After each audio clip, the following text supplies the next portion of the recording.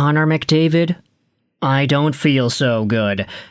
Let's dive into the meltdown in Edmonton yesterday, as the Anaheim Ducks took a commanding 2-1 lead in their first-round playoff series against the Oilers with a domineering 7-4 victory at home. You see, we're not just going to go out there and recap the game, but we're going to dive into where Oilers fans' heads are at, because it's quite apparent, based off the way this series has gone, that you can have some very serious concerns as to some of the guys that have suited up for the Oilers.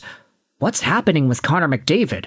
How's Leon Draisaitl holding up? And what is the future for this Oilers team? Can they come back? Can they dig deep from the depths of demotivated, lackadaisical despair and force their way past a blistering hot Ducks team? You see, it wasn't all doom and gloom for Edmonton. They actually got things started on the scoreboard yesterday. Vasily Podkolzin made it 1-0 on an unassisted marker. Thank you, Vancouver and Patrick Allvin.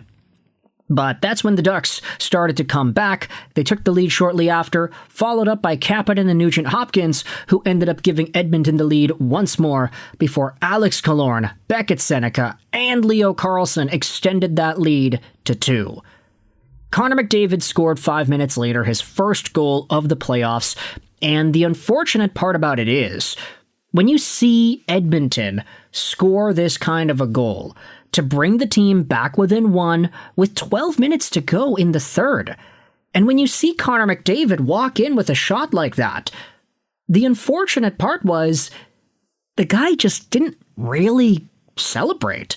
He didn't look like he cared at all. He just kind of scored and he was like, all right, yeah, I did that. It's fine. Say what you want as to whether or not Connor McDavid thought that should have been a goal, whether it was a lucky bounce or what have you, but generally, Connor McDavid would be enthusiastic for his goals, especially big playoff goals like this, to bring the score back to within 1.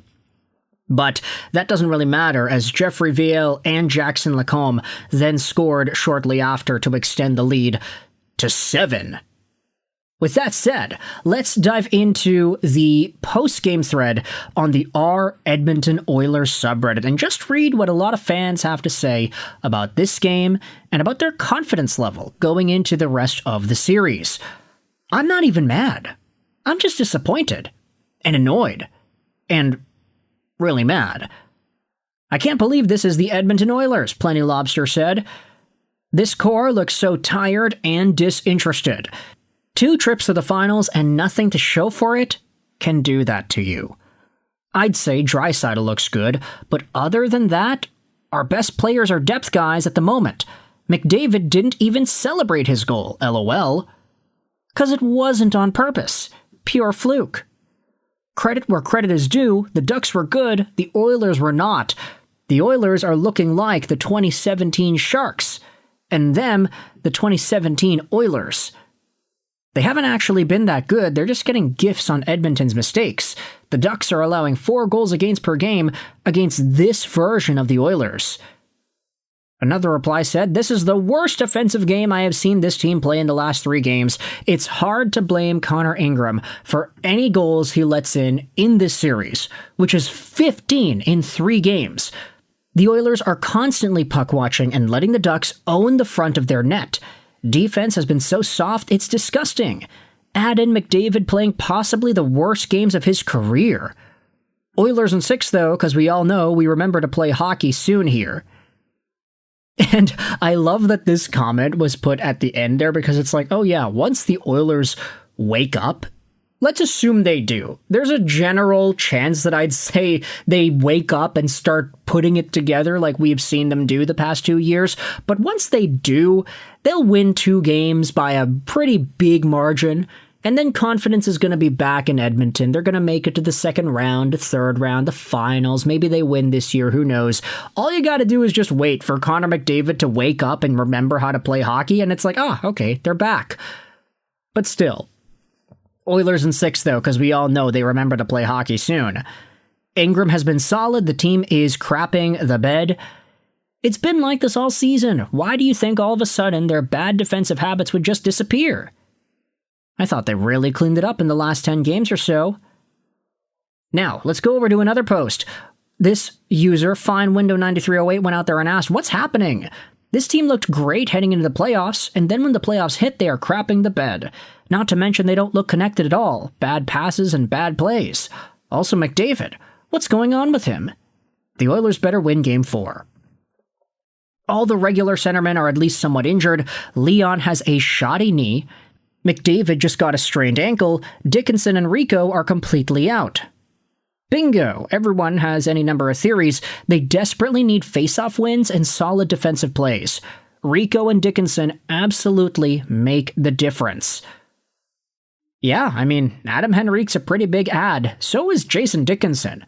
Much to the dismay of Canucks fans, Jason Dickinson has actually been a pretty meaningful addition to the Edmonton Oilers, but not having those guys available is definitely going to hurt.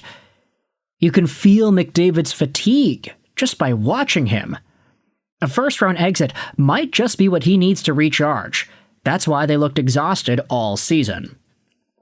And while I know it's not necessarily the argument that people would want to hear, I do think there is some truth to that idea.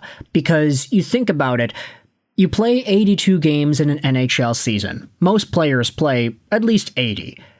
Some years you get up there, some years you falter back a little bit, but you play the games and then you get into the playoffs. And these playoff games are a lot more physically demanding than the regular season games because everything is on the line. You have very little room for error. If something doesn't work and you lose, you have to quickly adjust because games go the distance in overtime and series only have 7 total games per series.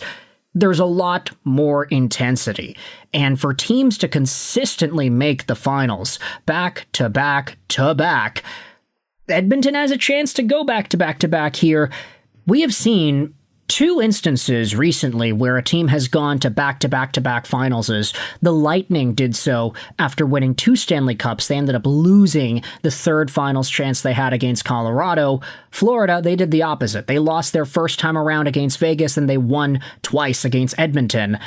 But the Panthers, they were a shell of themselves this season, and you can say a lot of that has to do with the departure of Alexander Barkov. Obviously, he is a super important piece to that Panthers team, but him missing out the entire season definitely caused a lot of pain with the roster construction of the Florida Panthers. But that still feeds into the point that says, yeah, Florida was broken down and deteriorated. You can say for the Edmonton Oilers, they're experiencing almost the exact same thing here. And for Connor McDavid to have potentially gotten hurt somewhere along the way, for Leon Draisaitl to have injured himself too, it's definitely not looking as smooth as it did even last year. Because last year, Connor McDavid, he missed a whole bunch of time as well, but he was fine and ready to go. He had 33 points in 22 games in the postseason. The year before that, of course, he ended up winning the Conn Smythe despite losing in the finals, but it was still a crazy comeback. The Oilers were down 3-0, and they clawed back and forced a Game 7, only losing that Game 7 2-1. It's close, man. But now, we're looking at games like this. This was not close. And at what point does it become close? What point do the Oilers tighten up their straps and put things together once more? Is it even going to happen this year? Or are we just going to see Anaheim advance to the second round, playing what looks like to be at this point, potentially the Utah Mammoth? That would be crazy, right? A Mammoth and Ducks second round? Edmonton and Vegas getting eliminated in the first? Obviously, I'm cheering for the Oilers, not because I like Edmonton, but because I chose Edmonton for my bracket. But you can let me know your thoughts in the comment section below. How are you feeling about the way the Oilers are playing, and what the hell is wrong with Connor McDavid these days? Do you have an answer? Let me know in the comments all your opinions. I hope you enjoyed this video. And bye.